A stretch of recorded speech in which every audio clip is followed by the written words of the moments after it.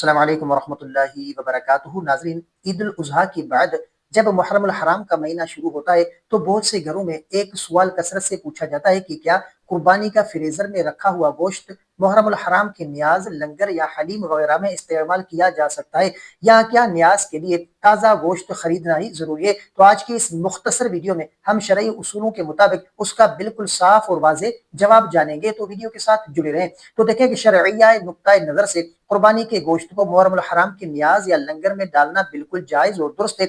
इस्लाम में ऐसी कोई पाबंदी या ममानियात नहीं है कि कुर्बानी का गोश्त मुहर्रम में इस्तेमाल नहीं हो सकता।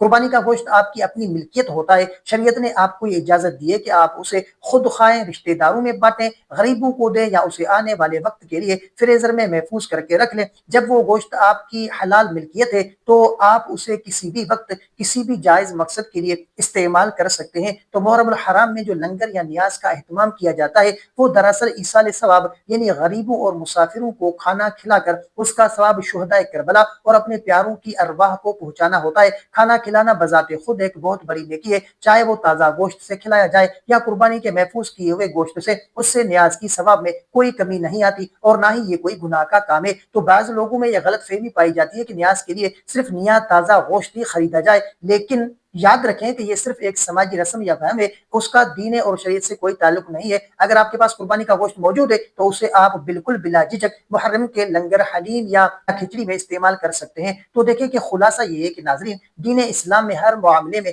आसानी रखी गई है। अपने हलाल और जायज मिल्कियत यानी कुर्बानी के गोश्त को मुहर्रम के न्याज में इस्तेमाल करने में कोई शरई ममानियत नहीं है। हमें सुनी सुनाई बातों, रस्मों और रिवाज के बजाय दीन के आसान और मुस्तनद अहकाम पर अमल करना चाहिए। उम्मीद है कि आपको इस वीडियो से काफी कुछ सीखने को मिला होगा। अगर ये वीडियो आपको अच्छी लगी हो तो वीडियो को लाइक करें, चैनल पर नए हैं तो सब्सक्राइब जरूर करें और इस वीडियो को अपने प्यारों के साथ, अपने दोस्तों के साथ जरूर शेयर करें। अगर आपका कोई ऐसा सवाल है जिसका आप जवाब जानना चाहते हैं या आपने कोई ऐसा ख्वाब देखा है जिसकी आप तहबीर जानना चाहते हैं तो कमेंट कर सकते हैं। इंशाअल्लाह आपको आपके सवाल का जवाब और आपके ख्वाब की तहबीर इस्लामी तलीमात के मुताबिक आपको फरहम की जाएगी। तो मिलते हैं अगली वीडियो में, तब तक के लिए अपना बहुत सारा ख्याल रखें और हमें अपनी दुआओं में याद रखें। अस्सलाम वालेकुम व रहमतुल्लाहि व बरकातुहू।